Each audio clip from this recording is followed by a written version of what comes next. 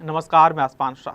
मुंबई में शंकराचार्य स्वामी प्रज्ञानंद सरस्वती के कार्यक्रम में भाजपा नेता पंकजा मुंडे पहुंची, जहां उन्होंने शंकराचार्य का आशीर्वाद लिया। इस मौके पर शंकराचार्य स्वामी प्रज्ञानंद सरस्वती ने कहा कि पंकजा मुंडे के पिता से हमारा बहुत नजदीक और भावनात्मक संबंध रहा है। उनके दिखाए मार्ग पर चलकर समाज सेवा व राष्ट्र सेवा करनी चाहिए। देखिए, हमारा मुंबई आने का मूल उद्देश्य पूर्ण रूपेण आध्यात्मिक है, पूर्ण रूपेण धार्मिक है। और हम जिस पद पर बैठे हैं तो हमारा स्वरूप भी अध्यात्म से भरा हुआ है, अध्यात्म के लिए समर्पित है। और जहाँ तक पंकजा जी के लिए बात है, तो आपके पिताजी से हमारे बड़े निकट और बड़े हृदय भावपूर्ण जो संबंध रहे हैं, इनको देख कर के उनकी छवि स्वाभाविक रूप से सामने आती है। लेकिन इनके श्री विद्या की आराधना के प्रति, उपासना के प्रति और इनके दिए हुए पिता के संस्कारों के प्रति जो भावना है, उसके चलते ये हमारे भी सोचता हूँ और भगवती की भी बड़ी कृपा पात्र हैं। और आज यहाँ आई हैं तो यहाँ आने का इनका मूल उद्देश्य भगवती की अर्चना है। तो मैं तो भगवती से प्रार्थना करूँगा कि इनको पिता के मार्ग पर चल कर के इनको सुयश मिले और समाज की सेवा करने का, राष्ट्र सेवा करने का जो इनको दायित्व मिला है, उस दिशा में आप आगे बढ़ें।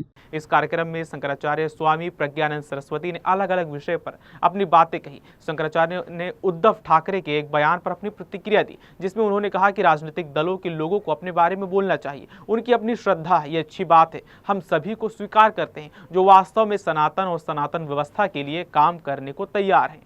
हम उनका दिल से स्वागत करते हैं। राजनीतिक दल के लोग अपनी अपनी बात करें, अच्छी बात है, उनकी अपनी अपनी सबकी धारणा है। हम तो सबको स्वीकार करते हैं, उनको स्वीकार करते हैं जो वास्तव में सनातन को लेकर के, शाश्वत स्वरूप को लेकर के, वैदिक सनातन व्यवस्था को लेकर के और जो काम करने के लिए तैयार है। हमारा हृदय से उनको स्वागत है और उनको आशीर्वाद है। जिनको शंकराचार्य कह रहे हैं, जिन्होंने उद्धव जी को आशीर्वाद दिया, वस्तुतः वो शंकराचार्य हैं ही नहीं। सुप्रीम कोर्ट ने उनको रोक लगा रखी है।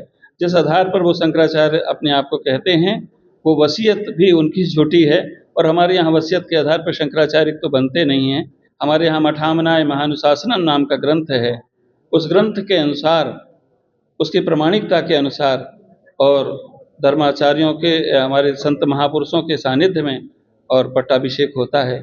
इसलिए अप्रामाणिक व्यक्ति के द्वारा या राग द्वेष से भरे हुए व्यक्ति के द्वारा कोई आशीर्वाद भी फलीभूत नहीं होता और उनके द्वारा कोई श्राप भी फलीभूत नहीं होता। इसलिए अप्रामाणिक व्यक्ति की अप्रामाणिक बात पर ध्यान नहीं देना चाहिए। आगे उन्होंने शंकराचार्य आदि मुक्तेश्वरानंद पर कटाक्ष करते हुए कहा, जिसे आप शंकराचार्य कह रहे हैं, जिसने उद्धव ठाकरे को आशीर्वाद दिया, वो शंकराचार्य बिल्कुल नहीं। सर्वोच्च न्यायालय ने उन पर प्रतिबंध लगाया है। किस आधार पर वो स्वयं को शंकराचार्य कहते हैं? वहीं बांग्लादेश में हुए घटनाक्रम के मुद्दे पर शंकराचार्य ने कहा कि बांग्लादेश में जो कुछ हो रहा है वो बेहद चिंता की बात है। भारत में अवैध रूप से रह रहे घुसपैठियों को देश से बाहर निकाल देना चाहिए। जो हिंदू भाई बहन दूसरे देशों में अत्याचार का सामना कर रहे हैं, उन्हें देश में वापस आना चाहिए। बांग्लादेश में जो हो रहा है बहुत चिंता का विषय है और ये चिंता सिर्फ हमारी चिंता नहीं है, ये चिंता संपूर्ण मानव जाति की चिंता है। वहाँ जो हो रहा है वह मानवता को शर्मसार करने वाला है और मानवता से बड़ा धर्म कौन सा हो सकता है। और हम तो उसी धर्म को मानने वाले हैं जहाँ पे हमारे यहाँ पर कोई राक्षस भी पैदा होता है और वो मृत्यु मांगता है तो रावण मरण मनुज कर जाता। वो रावण भी मृत्यु मांगता है तो मानव के द्वारा मृत्यु मांगता है। और आज वही मानवता शर्मसार हो रही है। उपासना के स्थल तोड़े जा रहे हैं बांग्लादेश में। ये निश्चित रूप से चिंता का विषय है और हम तो यही चाहते हैं कि यहाँ पर जो अवैध रूप से घुसपैठिए रह रहे हैं, अवैधानिक तरीके से यहाँ पर हिंदुस्तान में रह रहे हैं, उनको हिंदुस्तान से बाहर किया जाए और भारत की सरकार जो बाहर हमारे हिंदू भाई को सताया जा रहा है, उन हिंदू भाइयों को अपने देश में शामिल किया जाए, या तो हम कहते हैं कि उन देश को ही अपने देश में शामिल कर लिया जाए। क्योंकि अखंड भारत का निर्माण तो ऐसे ही होगा क्योंकि जिस तरह से पाकिस्तान बना और बांग्लादेश बना, वो बांग्लादेश कोई और अलग से नहीं बने हैं। ये हिंदुस्तान भारत माता का ही अंग थे, जिन्हें एक परिस्थिति के चलते कहें या एक हमारा दुर्भाग्य कहें कि वो हमारे भारत माता के दिल के और छिन्न छिन्न कर दिए गए, हृदय को छिन्न भिन्न कर दिया गया।